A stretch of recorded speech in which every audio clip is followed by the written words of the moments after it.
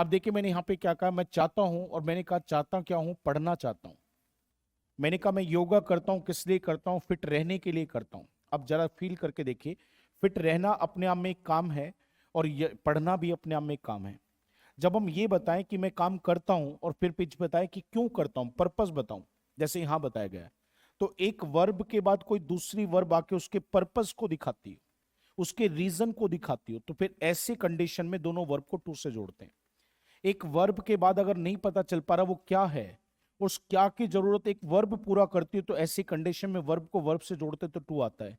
तो normally English में कहते हैं कि वर्ब से वर्ब जोड़ दो तो टू लगता है। इसे डिटेल में आप ये भी कह सकते हैं, जब एक वर्ब पूरी नहीं हो पाई और उसमें वो क्या की जरूरत पूरी करेंगे, तो बच्चों क्या लगा देंगे, टू। वर्ब को वर्ब से, एक पर्पस को जोड़ने के लिए भी क्या लगा देंगे, टू लगा देंगे। ये वो कंसेप्ट है जो आपको आना चाहिए था बेटा। अब ऐसे दो सेंटेंस सोचो जिसमें क्यों की जरूरत पूरी हो, एक पर्पस की जरूरत है। जैसे मैंने ये बोला कि मुझे पसंद है, और मैंने कहा क्या, खेलना, तो उसमें क्यों की जरूरत पूरी है। और एक मैं कहता हूं बेटा मैं खेलता हूं, किस लिए, फिट रहने के लिए, तो उसमें क्यों की जरूरत, पर्पस की जरूरत पूरी है। तो दोनों सेंटेंस को लिख कर देखो आप सब लोग। अब मैं यहां पे लिखता हूं माई सिस्टर रिक्वेस्टेड मी। अब देखो यहां पे किसने रिक्वेस्ट की, बेटा बोर्ड पे देखते रहना, किसने रिक्वेस्ट की पता चला, किसकी रिक्वेस्ट की ये भी पता चला, पर वो क्या था जिसके लिए रिक्वेस्ट की अभी तक नहीं पता चल पाया। किसी को पता चला तो बताओ। इतने सेंटेंस को पढ़कर ये तो पता चला कि किसने रिक्वेस्ट की, ये भी पता चल पा रहा किसको रिक्वेस्ट की, पर ये बिल्कुल नहीं पता चल पा रहा कि किस चीज के लिए रिक्वेस्ट की। अब देखो मैंने कहा सर उसने रिक्वेस्ट करी किसके लिए, बुक्स की,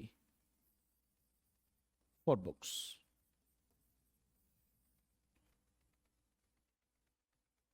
यहां मैंने कोई टू नहीं लगाया, फॉर के बाद उस चीज का नाम लगा दे जिस चीज के लिए उसने रिक्वेस्ट की। पर ध्यान से देखो ये तो मेरा बात थी नहीं, बात तो क्या थी, पढ़ना। तो उसने रिक्वेस्ट की पढ़ने के लिए, तो वो क्या चीज थी जिसकी रिक्वेस्ट करी, वो पढ़ना थी। ये क्या एक वर्ब है।